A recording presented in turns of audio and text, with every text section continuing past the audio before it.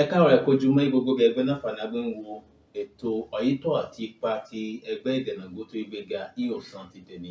Bonjour à tous, vous qui avez l'opportunité de regarder cette émission Vérité et Empathie cet après-midi. A lérò pé rí àlàáfíà lẹ́wà. Je pense que vous allez très bien. Ẹ káàbọ̀ sí eré ètò náà. Soyez les bienvenus sur cette émission. Ehun yẹn ti mọ̀ náà pé rí eré ètò Ọ̀yítọ́ àti ipa. Comme vous le savez déjà, sur cette émission Vérité et Impact, Ìjọ kọ̀tọ̀ ọ̀rọ̀ kọ̀tọ̀. un joue avec son proverbe, Ìjọ kọ̀tọ̀ èdè kọ̀tọ̀. un joue avec son langage, Ìjọ kọ̀tọ̀ ọ̀rọ̀ ìta oníjì kọ̀tọ̀. un joue avec son mot de motivation. Nítorí náà, à ń gbà láti dúpẹ́ fún àwọn adarí ẹgbẹ́ ìdènàgbò tó ìgbéga. C'est pour cela que nous prenons par ici pour remercier ceux qui dirigent l'association Ìdènàgbò tó ìgbéga. Àti gbogbo àyìn kópa náà fún ẹgbẹ́ náà lè tẹ̀síwájú. Et toute personne qui contribue pour que l'association puisse avancer. Fún ìran àwọn ìnàgbò wọn káyọ̀ mọ́ rèyìn. Pour que la vision de la communauté Nago ne puisse pas régresser. Àwọn ojúlà. C'est quelque chose qui est visible. Èyí náà ti ń wò pé rí ó san ti tèmi. Vous le voyez déjà cet après-midi. Pé rí ìwọ́yà jù sódò. La maison qu'on a jetée dans l'eau. Àwọn ẹja nílá lọ pa. Ça a pris un gros poisson. Nítorí náà máa bọ̀rọ̀ orúkọ tèmi ló dùn Babátúndé Janvier. Moi, mon nom c'est Babátúndé Janvier. Èmi ni adarí ètò tí ó san ti Je tèmi. suis celui qui va diriger l'émission de ce soir. Nítorí náà máa lọ apọ́sìlẹ̀ ẹ̀ka sàn Je vais à ma gauche. Ẹ káàbọ̀ sí eré ètò náà. Soyez les bienvenus sur cette émission. Ẹ sì kú rìn.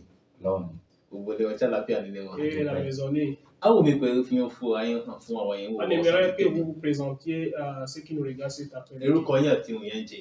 Votre nom et ce que vous faites. Èmi náà kí gbogbo ẹ̀yin yẹn ń wò ẹ́ lé pátápátá. Je vous salue, vous qui nous regardez depuis chez vous. Mo sì kí Ọlọ́run. Et je salue aussi le Mo sì kí Seigneur. gbogbo àwọn ìgbìmọ̀ iléeṣẹ́ Je salue aussi le conseil d'administration de l'association Ìdènàgbò tó ìgbéga. Láì fààrẹ àkókò fún ṣòfò. Sans plus tarder, Orúkọ tèmi. moi, mon nom, Òun náà ni Prophet Dr. Solomon Babájídé Bàbá Àdúrà Ojoojúmọ́. le prophète Dr Babájídé Baba Àdúrà Ojoojúmọ́.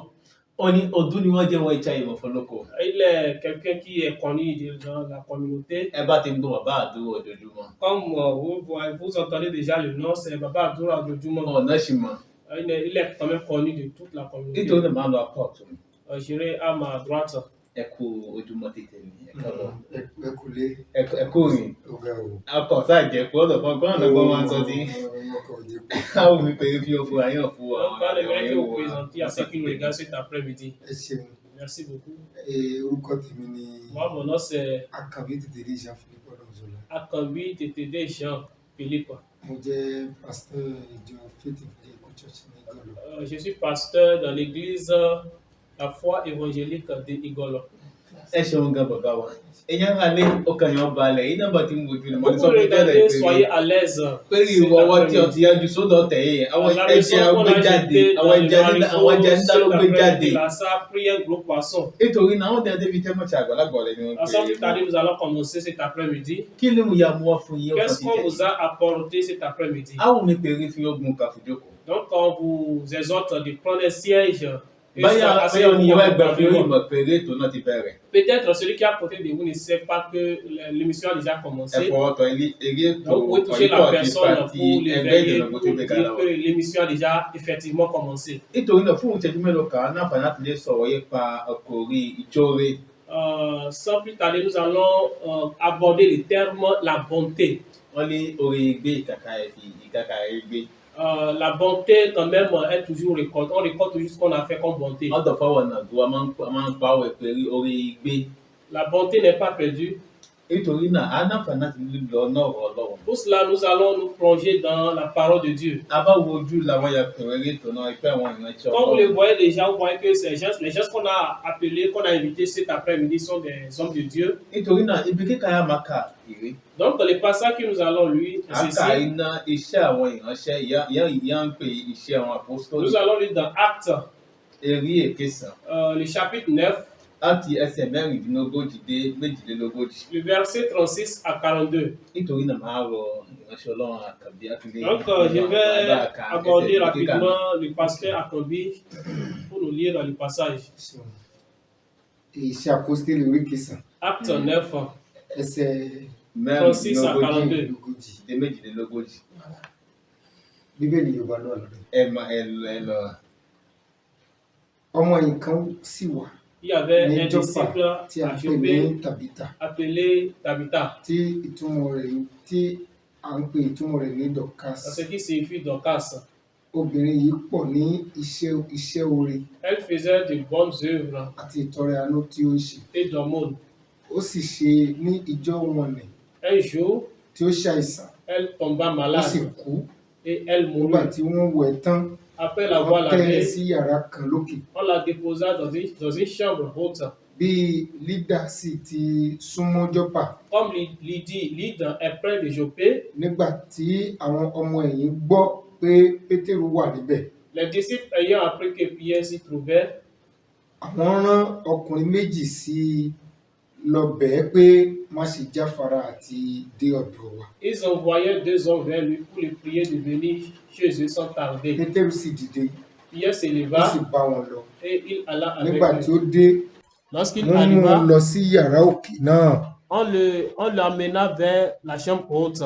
Gbogbo àwọn opó sì dúró tì í. Toutes les veuves Wọ́n l'entouraient sọkún, et wọ́n elles sì fi pleuraient. èwù àti aṣọ tí Dọ́kà dá hàn nígbà tí ó wà pẹ̀lú wọn. Et lui montrèrent les tuniques et les habits, vêtements que Dorcas les avait fait quand il était vivant. Ṣùgbọ́n Pétérù ti gbogbo wọn sóde, Mais Pierre fit sortir tout le ó sì monde, kúnlẹ̀, se mit ó à sì genoux gbàdúrà. et pria. Ó yí padà sí òkú, Se tournant vers le ó corps, ní Tàbítà, il dit, Tabitha, Dìde. lève-toi. ó sì la ojú rẹ̀. Elle ouvrit les yeux Nígbà tí ó sì rí Pétérù, et ayant vu ó Pierre, dìde jókòó. elle s'assit, Ó sì na ọwọ́ rẹ̀ sí i, il lui donna la ó main fà á dìde. et la fit lever. Nígbà tí ó sì pe àwọn ènìyàn mímọ́ àti àwọn opó, Il appela ensuite les saints et les ó veuves fi lé wọn lọ́wọ́ láàyè. et la présenta Ẹsẹ̀ vivante. 42 tàbí tí ẹ dá dúró.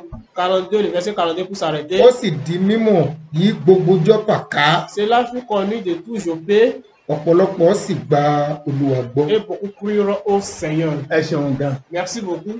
àwọn ibi kíkà yìí aago máa ṣiṣẹ́ rí rẹ̀ òun ni Donc, wọ́n kà c'est fún wa. sur ce passage qu'on vient de lire, c'est sur ça que nous allons travailler cet après-midi. nítorí náà màá lọ́dọ̀ bàbá wa ẹ kó jòkó Donc, àwọn. je vais aborder notre papa. pẹ̀lú tọ̀wọ̀tọ̀wọ̀ máa bèèrè ọ̀fun kí ni Avec, ọ̀chẹ̀ lè humilité, yàkà yìí kí Est-ce ni que vous ọ̀chẹ̀ pouvez nous tẹ́lẹ̀ bá wa dire ce ṣàlàyé qui s'est fún àwọn ará passé rẹ̀. dans ce chapitre?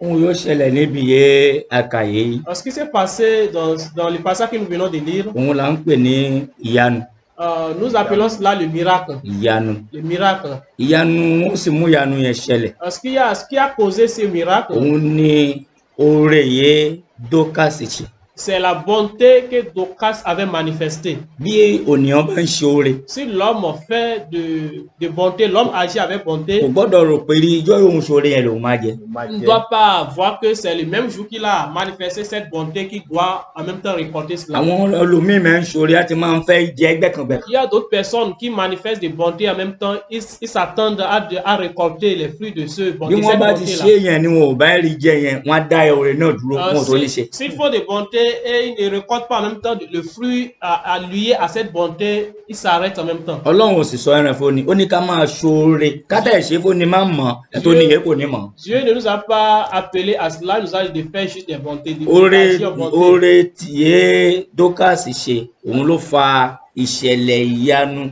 yóò ṣẹlẹ̀ yé àwọn opó wọ́n ń jẹ́rìí rẹ̀ wọ́n ń ṣe kiri títí ó di pé wọ́n lọ pe pétérù wá Donc c'est sílẹ̀. la bonté que Dorcas Oui, avait c'est manifestée le qui a permis à ces veuves de pleurer et de manière à ce que Pierre est venu en scène. ẹ ṣeun gan. wọ́n ní wọ́n sọ ipa òre wọ́n ní ìyanu ní ìyàn ọ̀chẹ̀lẹ̀ bíi. Donc ils viennent de nous dire que ce qui s'est passé dans ce passage c'est un miracle. wọ́n tó ṣàlàyé ìyàn fa ìyanu náà. Et nous ont dit la cause de ce miracle. wọ́n ní oore yìí dọ́kàsì ṣe Ils ont lásìkò dit que náà. c'est la bonté que Dorcas avait manifestée en ce temps-là qui a attiré òun ce ló mú miracle. àwọn opó ní wọn fún sọ pé ìyá yìí kò gbọ́dọ̀ kú ẹ̀rìn. Et c'est cette bonté qui a quand même amené cette veuve à dire que non, Dorcas ne doit pas mourir ainsi.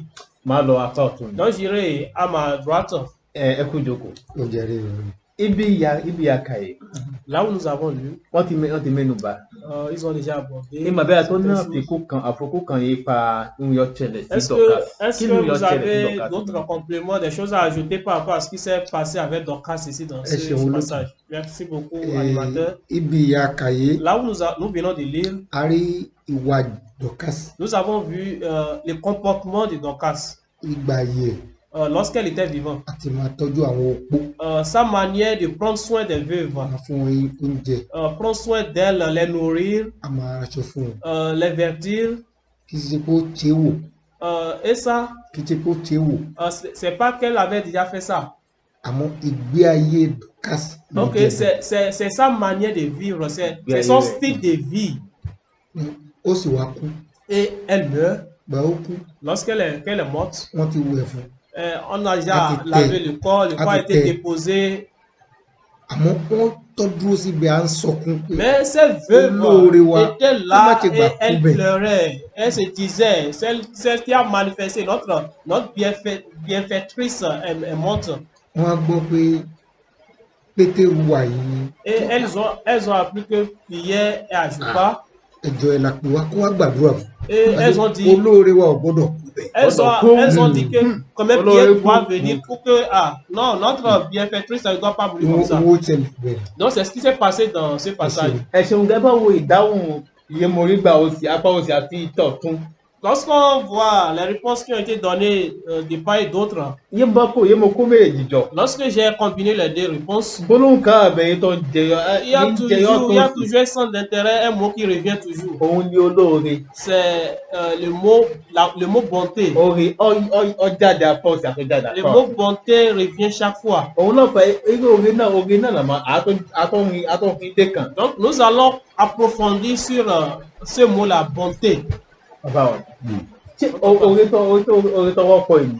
Est-ce que la bonté, est-ce que c'est quelque chose qui se passe encore? Est-ce que les gens se manifestent là? Ṣé àwọn ènìyàn tó ń tọ orí ìpìyà yìí? Est-ce que les gens se manifestent toujours la bonté aujourd'hui comme cette dame-là manifesté dans le passage que nous avons vu?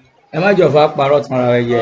Il ne faut pas qu'on se lève. Orí ò tó sí ìpè ti Dorcas. La bonté aujourd'hui, c'est plus comme Dorcas l'a fait ici. Ṣé bẹ́ẹ̀ mo pé inú ọ̀rọ̀ yìí à ń sọ, ó jẹ́ kì í ṣe pé ìkà ń ṣe pé kárí mi.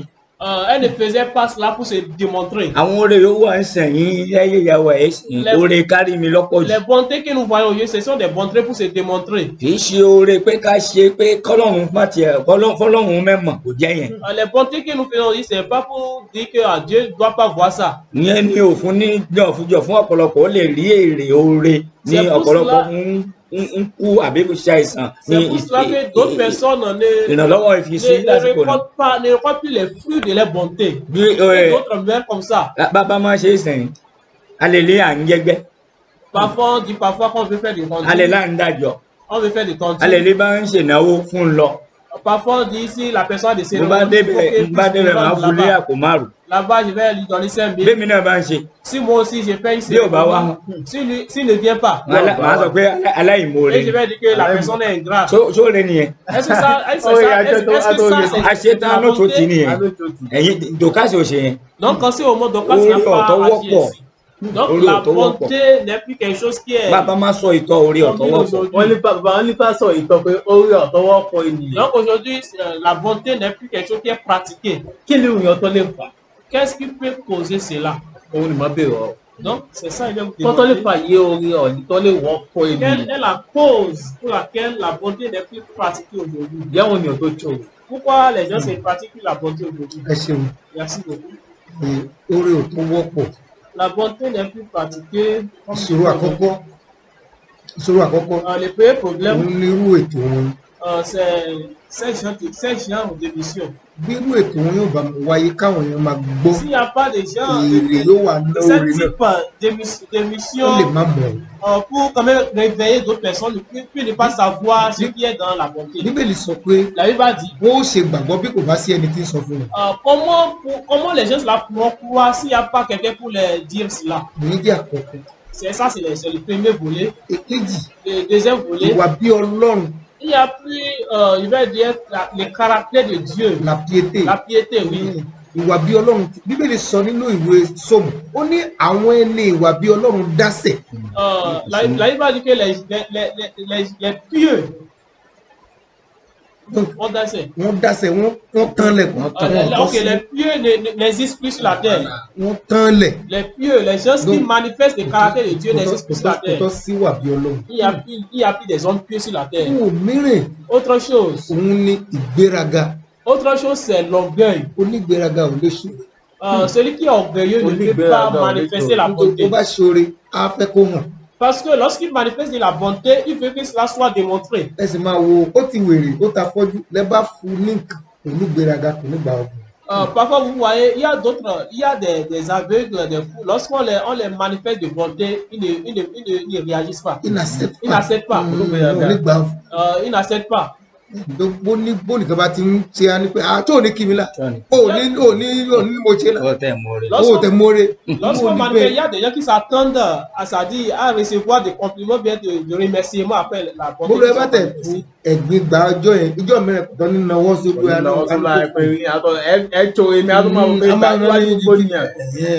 peut-être la personne peut accepter ça un jour, mais prochainement, il ne peut pas accepter ça. Àwọn kókó mẹ́ta àwọn èèyàn. Donc, ce sont ces trois volets-là. Ìṣòro ó má tún sí i. Donc, ce sont les trois volets qui empêchent la manifestation de la bonté au niveau de la communauté. Àkókò àkọ́kọ́ ẹ sọ ìwà bí Ọlọ́run. Vous avez parlé de la piété. Dieu manifeste la bonté et il ne s'attend à rien. Ẹ tó sọ ẹ tó mẹ́nu bà ìgbéraga. Vous avez parlé aussi de l'orgueil. Ọlọ́run ìyẹn ara lé. Àwọn ló délẹ̀ yìí. Vous voyez ce qui se passe. Àwọn yóò tó ṣe náà, àwọn yẹn wọ́n máa bá wọn tú. Donc, nos invités vont nous aider quand même à reconstruire les choses. Àbá títò ní ipò rẹ̀ nínú ìgbẹ̀yìn ìgbàgbọ́. Nínú abámọ́lé ìgbàgbọ́ dúró. Lorsqu'on prend un chrétien, Àyè tí oore gbọ́dọ̀ wọ́n náà yẹ rẹ̀. quelle est la place que la bonté doit occuper dans sa vie? Ẹyẹ ìṣòro kó inú ẹyẹ onígbàgbọ́ La lọ́pọ̀. place que la bonté peut occuper dans la vie d'un chrétien est nombreuse. Àmọ́ àwọn onígbàgbọ́ àfẹ́ mọ̀. Mais nous chrétiens, on ne veut pas savoir cela.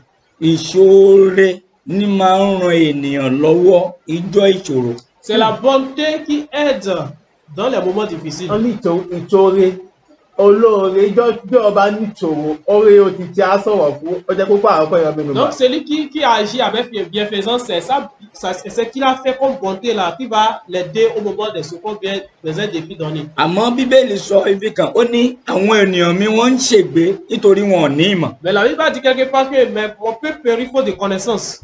Donc oore ṣíṣe kò jẹ́ oore ìyá gbọ́dọ̀ máa tí a máa sọ pé màá gbà á yẹn ló mú níwọ̀n ò tó mọ èrè yóò wẹ̀ ní oore ní ìkẹyìn yọlọ́run máa dá padà fún ọ. Ọlọ́run ni máa ń dá oore padà ẹ̀mẹ́wò ònìyàn tó fẹ́ fọ́lọ́run ó dá padà àwọn ará wa là ń fẹ́ ká dá padà fún wa. Nous qui sommes comme aujourd'hui, nous qui pratiquons la bonté, on veut s'attendre toujours à un fruit après cette bonté-là, alors que ce n'est pas ça Dieu veut. Oore kópa púpọ̀ ní onígbàgbọ́ Yorùbá gbàgbọ́ tọ̀wọ́ tọ́. La bonté chrétien vraiment fait beaucoup de choses. Ìgbàgbọ́ onígbàgbọ́ yà sí ń sọ yìí ìgbàgbọ́ ọ̀tọ̀ sí Kristẹni o. Il y a différents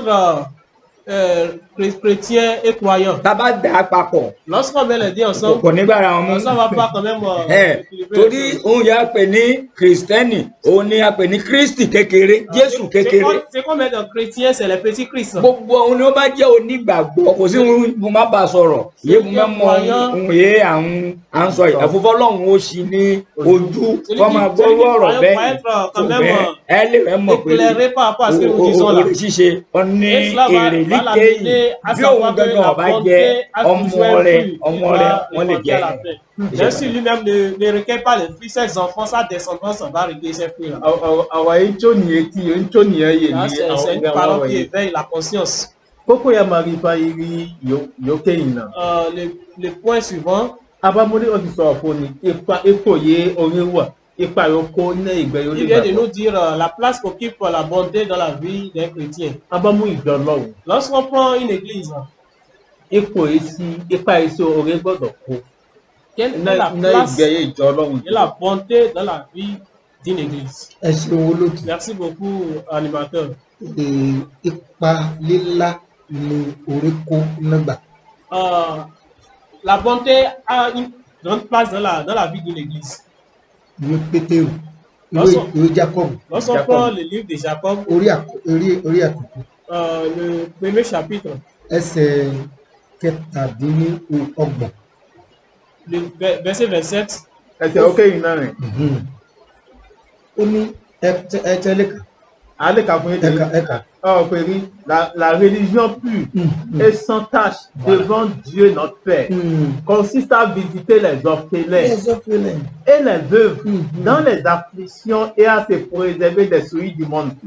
Pé rí yàn jẹ́ ẹ̀sìn dáadáa, ẹ̀sìn yóò ní àbàwọ́n. ce qui est Òun náà religion ọwájú Ọlọ́run devant Dieu, Ọlọ́run bàbá òun náà lè pè rí ká máa bẹ àwọn ọmọ aláìní bàbá c'est wọn de lọ́wọ́ ìyá visiter òní les ìyá. orphelins, Àwọn opó bá les bẹ̀ wọn olówó náà veuves, ṣòwò. ceux qui sont dans les afflictions, Àti pé bá para yọ kó na èémí yóò wáyé. et de nous préserver des souilles du monde. ẹ ṣeun Merci.